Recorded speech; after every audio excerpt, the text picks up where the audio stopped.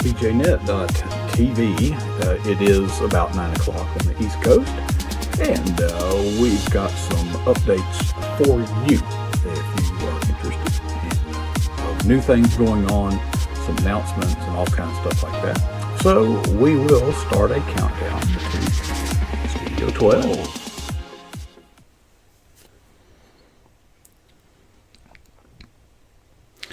Well, good evening and welcome to pjnet.tv. I'm your host, Coach Prasek. In fact, not only am I your host, I am the guest speaker tonight. Okay? And I just wanted to bring you up to date on some of the new things going on around here. Not that you would be particularly interested in doing this, but because I'm very interested in you, because it is because of your support of what we're doing here that some of these improvements can be possible. Okay. Some of you are making selfie videos, and those certainly are a good thing, I believe. And I'm trying to,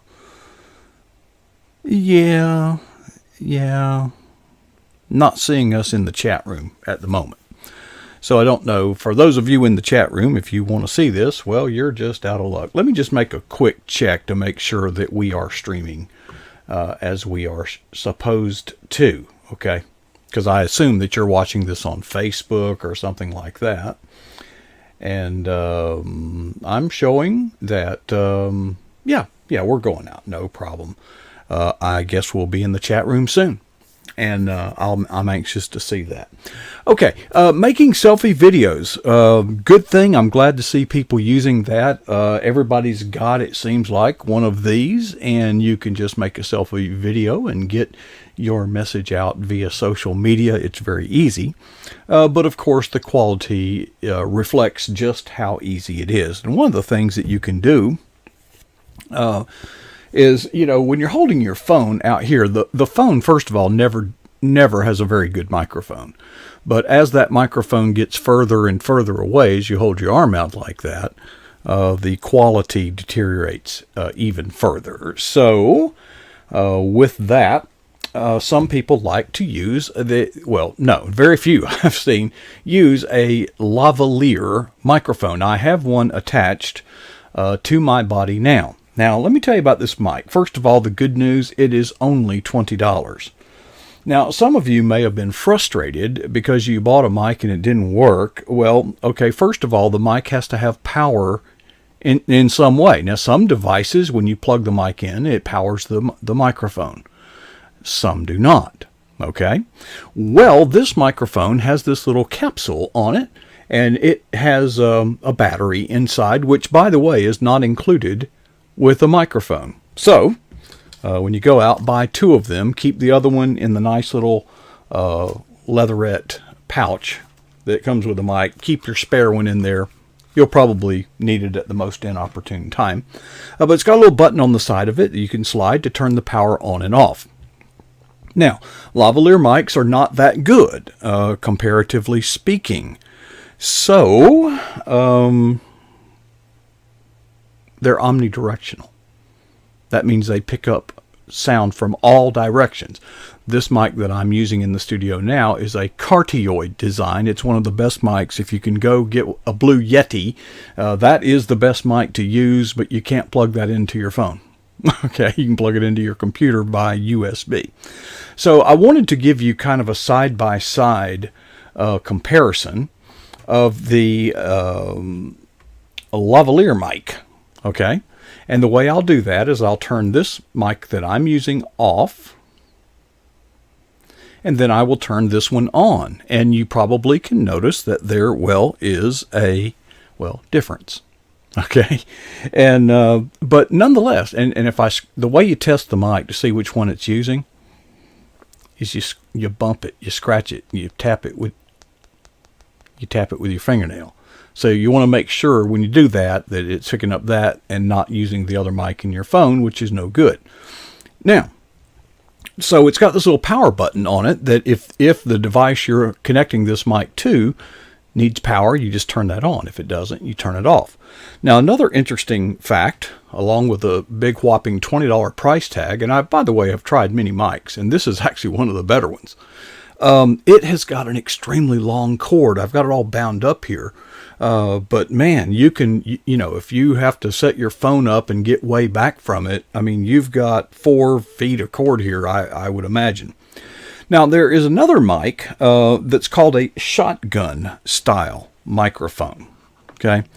And a shotgun has a laser beam type pattern. Okay. So I have also, for your convenience, installed one of those here. Right now we're using the lavalier mic. I'm going to switch over to the shotgun. Okay, there we are on the shotgun. Now, of course, it is even further away, and you can ignore this mic. This mic is not being used, okay? So this is what the shotgun mic sounds like. Now, you can get all kinds of shotgun mics. They range anywhere from 30 to 40. Some of the stuff can get to be $200, but for the rest of the world like us, these lower priced shotgun mics are good. But this one is something very, very special, and I wanted to show this to you, okay? Hold on just a minute. I'm going to put the bumper up real quick because I'm going to be making some noise. I'm going to be making some noise, removing this mic from its stand. And if you'll just give me a minute, we'll just kind of put the bumper on while we perform that operation.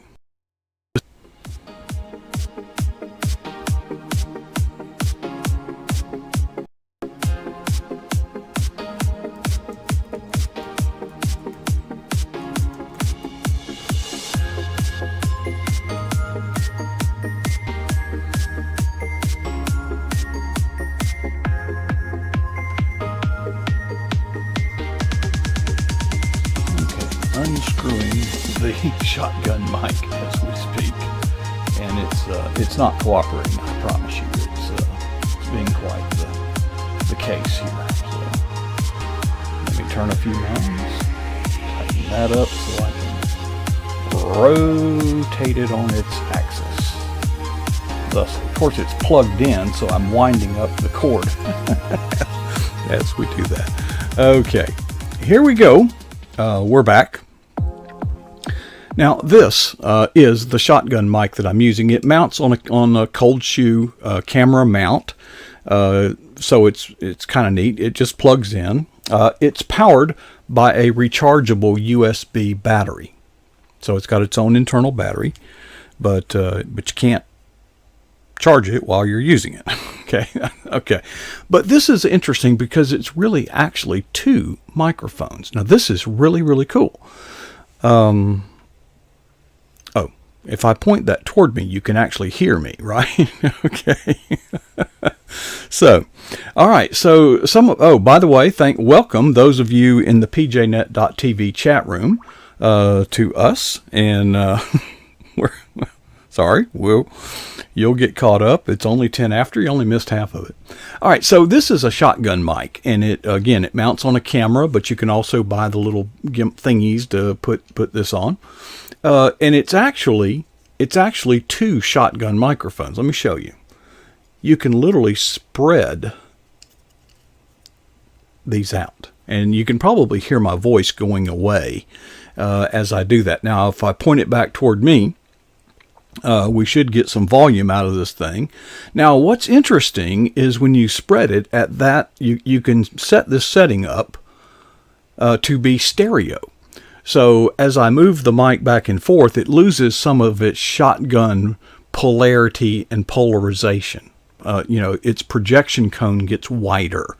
Not projection, but you know what I mean by that. Okay. It's actually got condenser surfaces on the inside of these arms that poke out. Okay. So it's got a condenser here, a condenser here, a condenser here, here, and here. It's a 6 condenser mic. That's more than this thing. All right. So then it's got this other thingy right here that you can spread it out all the way and get a truly wide angle like that. like that. And of course, if you've got noise like at a parade, you can it's stereo, so you can hear the band as it, okay. But it gets even better. Here's what's cool. Get this. This is unbelievable. Let's say you're doing an interview. Okay, no problem. There you go. Got that one there, got that one there. Okay, but nothing, it rejects the sound, so it's got 2 shotgun mics. And it's got a little gain control on the side here. It's a little thumb wheel. I've got it cranked all the way up for purposes of that. So what I was kind of experimenting with is, I know that probably sounded pretty terrible out there, didn't it? Okay, so what I was playing with is I've got this thing here. Now I'm going to bring the lapel mic back up and join it with this, and that should give a little bit more depth, a more stereophonic depth. So, and it's also picking up my voice better because this is a better, okay? So how cool is that? Now, how did I get this thing to use 2 microphones? Well, folks, this little $50 gadget here is a USB powered, let me switch over to my other mic. This is driving me crazy. I am on the other mic. Sorry. Let me give you the effect of both of those at work. I was actually using this mic earlier, and so some of that demonstration probably you didn't get to hear the difference, but I'm going to turn off this one. Now I'm using just the lapel. Now I'm using just this stereo mic. Now I'm actually using both of them. Yeah. How about that? Okay. So the way that's done is there's this little mixer gadget, $50, really a nice deal.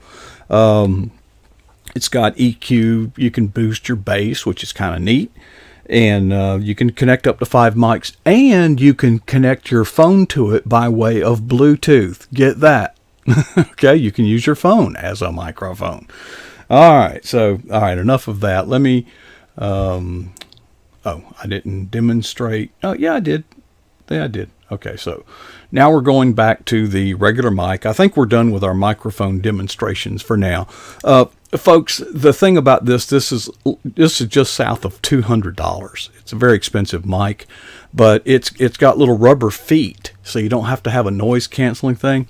And we've got some more gizmos. Now, in microphone theory, okay, you just saw the shotgun style of mic, okay, and how it can be used. You see the lapel mic is an omnidirectional, picking up sounds from all directions.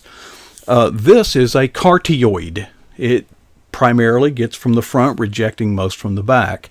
However, for those who are very, very serious, you can get one of these puppies. This is called a hypercardioid, which is not unidirectional like the shotguns, but it's between cardioid and shotgun. So very tightly focused pattern, primarily made for stage where you've got speakers and you don't want to get the feedback. Okay, so there's your lesson in audio today for the cheap podcaster or whatever you're doing on the air. I also wanted to show you, I wish I was a little bit further along on this. I don't apologize. It simply takes a while, to get there. But I wanted to show you that we're making a little progress on the animation. So I've cranked up the animation software, and now I'm going to delete this little cube that is automatically in there. And I wanted to show you something. I'm going to do File, and I'm going to import a project that I did earlier, okay? And prepare to be amazed. I mean, this is really fun. So I'm going to go down here. I'm going to find... I am building a model replica of the Cross W Ranch. Okay, yeah, I know, it sounds crazy, but that's exactly what I'm doing. Now, what is that? Well, that's a fence post, folks. So let me zoom back just a little bit, okay? And JD sent me the specs on the front gate at the entrance of the Cross W Ranch, okay? So this is actually to scale. Now, what's neat about this, as opposed to other drawings and things like that, okay? All the software you get is not 3D. Now, what do I mean by that? Okay. Well, let me show you something. We're going to take a little tour around the front gate of the Cross W Ranch, and we can rotate this puppy, and we can come over here and we can look behind it. Okay. And we can go up there and we can look at it from the top. It's like we're in a drone here, and we can hover around, but that is not all that it does. You get it? Okay. Now, watch this. Oh, by the way, it even includes the logo. Now, I haven't, the black is showing through right now. We'll get that fixed. I'm still learning this stuff, folks. But what's really, really, really cool is this is more than just, this stuff is wicked software. Okay, let me show you something. Let me put that right about there. Okay, so what I'm going to attempt to do is I've made these gates individually, and I am going to attempt the impossible. Okay, I am going to set a little marker here, which is called a keyframe 0. And I'm going to insert a keyframe. That makes that little yellow dot down there. Now, this particular setup is 250 frames. That's roughly 10 seconds in the world of animation. So we're going to move to the halfway point. And what I'm going to do then is I am going to select this little gizmo, and then I'm going to tell it to rotate. And what I'm going to do is I'm going to move the gate kind of open like that. See how that works? And what I'm going to do, 90 degrees would be completely open. I'm going to put it to 80 degrees right there. Just short of wide open, as some would say. Okay? Now, what have I just done? Now, what I'm going to do is I'm going to set another keyframe. See that little, you can't see it, but there's a little yellow dot there. So now, when I go back here, I'm going to back this thing up. And this is basically the starting point of the animation, and the halfway through the video is the ending point of the animation. So let's roll the tape.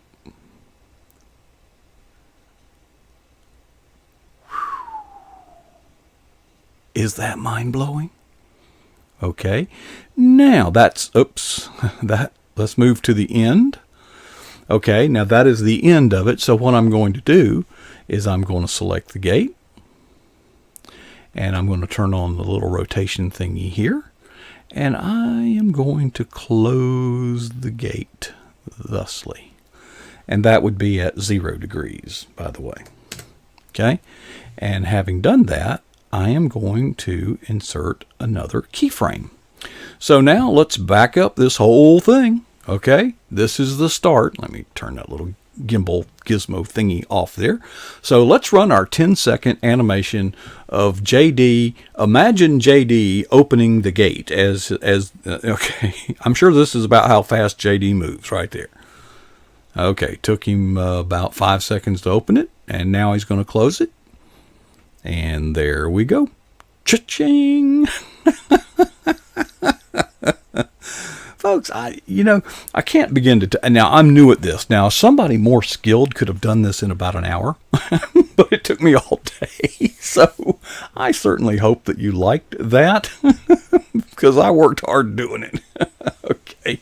All right, folks, we've got... that's enough fun and games. We've got some serious stuff to do. At the bottom of the hour, Del Didway will be joining us, and I've got to tear all this down and build it back up and get ready for him. It's sure been fun, and again, I thank you all for your prayers and your support, your calls and texts and emails of encouragement. That may seem pretty simple, and it is, but these are the bones of the bigger body. Okay, we're going to go from that, and then we're building a actual replica of the Cross W Ranch, a 3D model. Okay, folks, time for me to go. Before I leave, let me ask you to challenge yourself with 2 questions. What is the boldest thing that you've ever done for Jesus Christ? And the second question is, how long ago was that?